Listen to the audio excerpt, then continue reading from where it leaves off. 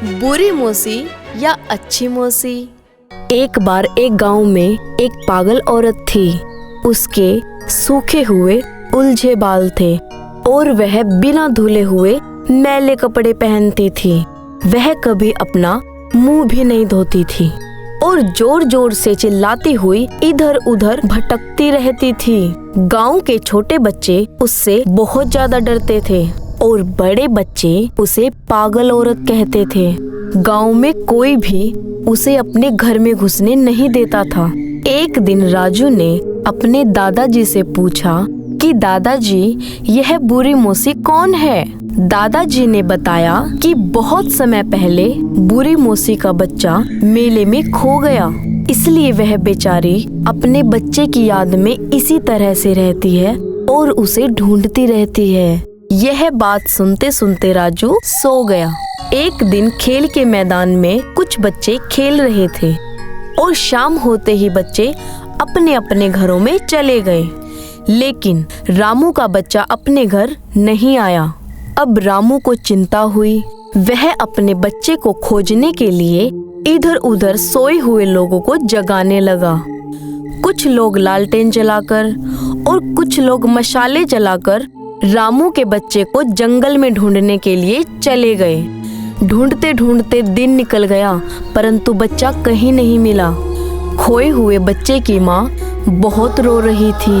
वह हाथ जोड़कर सबके सामने विनती कर रही थी कि कोई मेरे बच्चे को ढूंढ कर ला दो।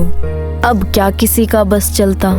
अचानक देव काका दूर से चिल्लाते हुए आए कि काली देवी मंदिर के पीछे वाली गुफा में से किसी बच्चे के रोने की आवाज आ रही है। पूरा गांव उस गुफा के पास चला गया।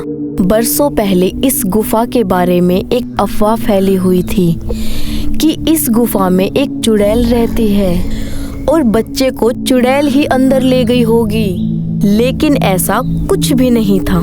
गुफा में अंधेरा होने के कारण कोई भी गुफा में नहीं जाता था। रामू का बच्चा अंधेरा होने के कारण गुफा में कहीं भटक गया था और उसे बाहर आने का रास्ता नहीं मिला। सभी एक दूसरे की तरफ देख रहे थे कि कौन अंदर जाएगा और कौन रामू के बच्चे को बाहर लाएगा। रोती हुई माँ सबके सामने विनती कर रही थी कि मेरे बच्चे को बाहर ला दो, लेकिन कोई भी अंदर जाने के लिए तैयार नहीं हुआ।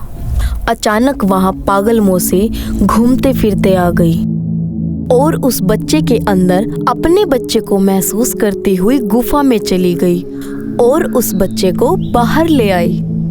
यह सब देखकर गांव वालों ने तालियां बजाई और पागल मौसी का सम्मान किया और सभी बच्चों को समझाया कि यह पागल मौसी नहीं है, यह तो अच्छी मौसी है। अब कोई भी मौसी का मजाक नहीं उड़ाएगा। सभी ने मौसी की इज्जत की और मौसी को धुले हुए कपड़े भी दिए। बुरी मौसी या अच्छी मौसी।